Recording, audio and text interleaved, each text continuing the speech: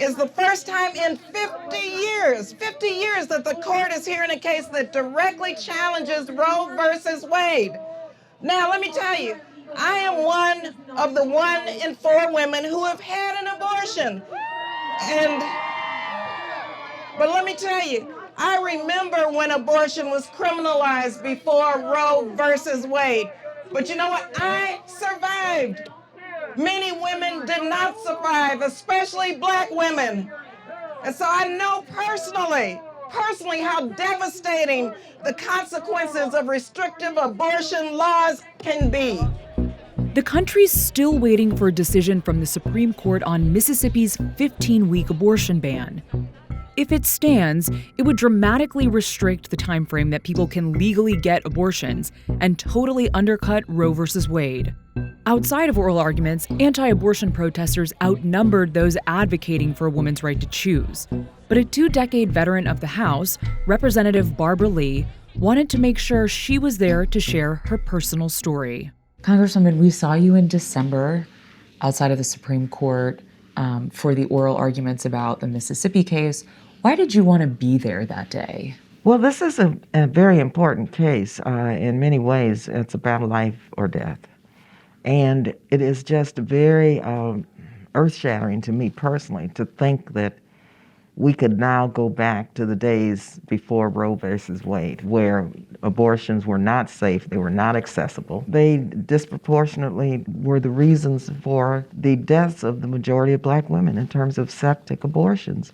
And so I'm very, very clear about what, if the Supreme Court rules to end Roe versus Wade, what the horrible impacts would be. You have a very personal experience with abortion. Well, it took many years up until these recent cases for me to even talk about them because, as my mother told me and reminded me, it's nobody's business. But when I was a teenager, I got pregnant. I was not married, and I was a cheerleader. I was in the 10th or 11th grade. And it was a really hard decision because I was raised a Catholic. But I knew then that the struggles of what I was going through had nothing to do with anybody else except myself and my conscience, my faith, and my mother. And those were the individuals I talked to and how I processed this and made the decision to have an abortion. But this was way before Roe versus Wade. And so my late mother, I was born and raised in El Paso, Texas, had a very good friend who she called. And her friend said, send her to me. I know a physician in Juarez, Mexico, who's known for having a clinic where he performs safe abortions. Well, I was terrified, naturally. That was my first plane ride. And I flew from California to El Paso. She took me over the border. And I'll always remember it was a back alley. It was in an alley. It was very dark. It was like 10 or 11 that night. And we walked in. Fortunately, she was with me.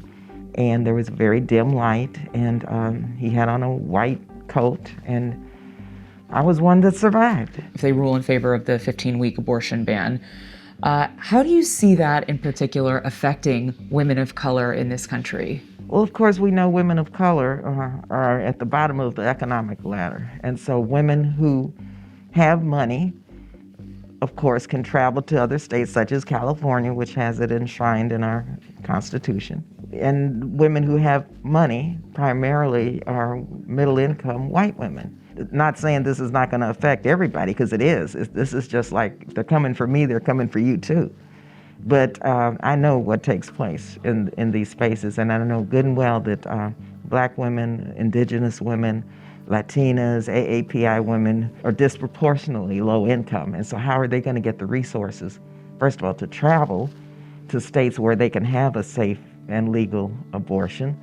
And beyond that, there are going to be many who get desperate and who try, God forbid, other kinds of measures to try to induce an abortion. And that scares me very much.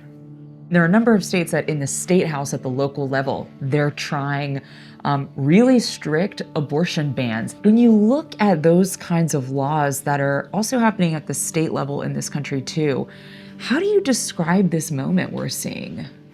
I describe this moment as an assault on women. Some say, which I believe it's a war on women. I mean, when you look at what they're doing in the states at the federal level, and then when you look at the fact that the right wing will not support Planned Parenthood. They don't support comprehensive sex education.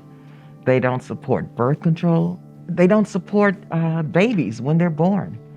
They don't support providing for their lives in terms of what is necessary to live a life out of poverty. They don't believe in the support systems that are there. If Roe versus Wade is gutted by the Supreme Court, do you see this playing into the midterm elections coming up in November? I think women and people around the country who never thought this could happen, they'll be shocked. And I think they will galvanize in ways that we haven't seen because, again, so many younger women who were born after Roe versus Wade don't know a world without Roe, without their reproductive freedom. And one day they're going to wake up and see that's gone if the court rules against us. And so, yes, I think they're going to galvanize, and I think they're going to be very vocal, and I think they're going to make sure this election supports candidates who support reproductive freedom and oppose candidates and not re-elect candidates who oppose it.